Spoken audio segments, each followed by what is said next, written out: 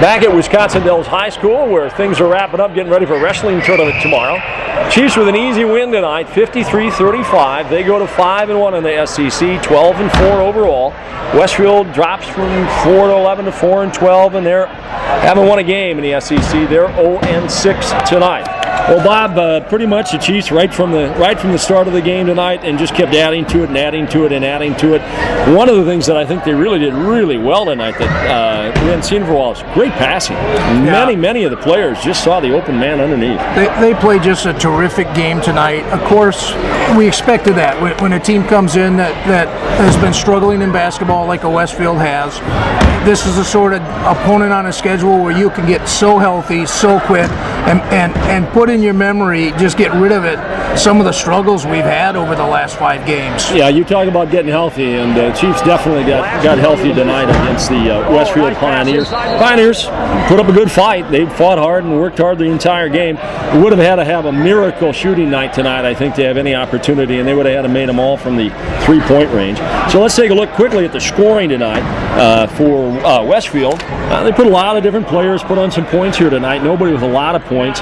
They were led by Jake Semro. He had 8 points tonight. Shea Stokeson with a couple of threes had 6 for them, and Ty McLaughlin had 5 points for them, and a host of other players had 2. Well, and it's interesting looking at the Pioneers scoring. We talked about it in the pregame that they had a score from outside to even try to stay in this game, and they came down with, I think we had them for what, 7 threes tonight? Yep, correct. So they got 21 of their points from beyond the arc, and when you only score 35, it just shows you how small they are and what kind of a mismatch the Chiefs had inside. On the other side of the ledger for the Chiefs tonight, Justin Ward ended up with 15 tonight, tied with Nate Gibson at 15. Justin really started the game out hot. He had the first 8 points of the game and gave the Chiefs a nice 8-0 lead. Shane Wyman had a big game tonight, great on the boards, also put up 9 points tonight. MJ Delmore had 4 points tonight. Bobby Blasky put in a couple tonight, as did Josh Elfman, and Ryan Davis had 3 tonight, as the subs got to play a little bit tonight. Bobby Scholes put in 1, and we added up basically pretty much a 15 to 20 point game lead, 20 point lead the entire second half. Ends up 53-35. Of course, as always at the end of the game, we named some special players, did some special things or aspects of the game. Time for the local points turning point of the game. They've got a delicious Friday night fish fry. They got Saturday steak specials made from scratch breakfast. They're located at the Old Aces Supper Club on Highways 12 and 16, just minutes from downtown Dells. Great food, great fun. Turning point of the game, Bob. No-brainer, the easiest one of the season. You know, the Chiefs started 9-1, were ranked in 2 state polls, the Associated Press writers, the coaches, top 15 in the state, 2 weeks in a row. We made some changes, and we struggled for the next 5 games. Tonight, we went back to what got us that 9-1 start, and it worked perfectly, just as we expected. It would have continued to have worked for quite a while, and so it's just fantastic to see those kind of adjustments made, and again, we have to factor into who we played tonight, but the boys got back to playing as they had that first 10 games. It looked like they hadn't had any time off at all, and it was a fantastic effort across the board tonight. Going into the Shields Fireside hot hand of the game, you can stay warm all winter long. New fireplace or furnace.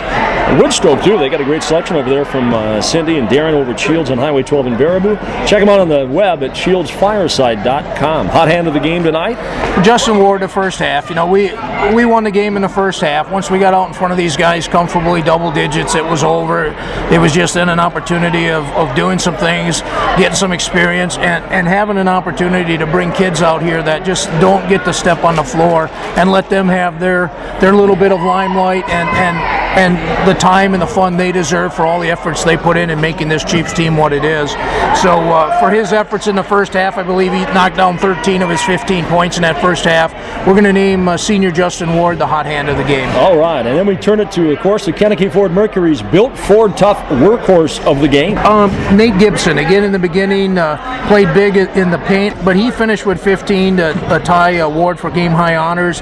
But I know he sat out a lot in the second half just because things were going so easy for the Chiefs. So when you score 15 points and set the majority of the game because your teammates got the opportunity to take to the floor, that makes Nate Gibson, tonight's Kentucky Ford tough workhorse of the game. And was a big force inside tonight also. And then we turn to the Sylvan Learning Center of Baraboo's play of the game. You can watch that, of course, on DellsTV.com. To catch up, keep up, or get ahead, call them at 608-356-4440. That one was a hard one tonight. In a game where the Chiefs basically really dominated tough from the get-go, it's hard to pick out a single play. Ryan Davis, a kid that just never gets on the floor, he made it easy for us.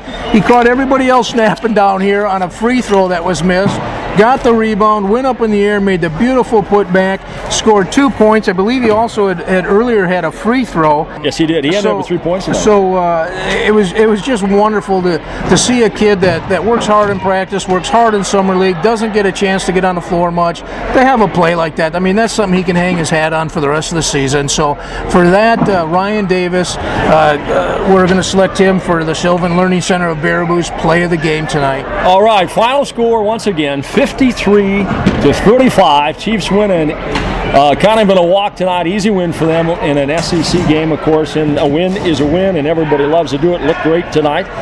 On behalf of Bob Blaschke, I'm Bob Van Gendron. Thanks for joining us, and join us next time for more Chiefs basketball on DellsTV.com. We will leave you with the Supreme Awards of Baraboo's Honor Roll.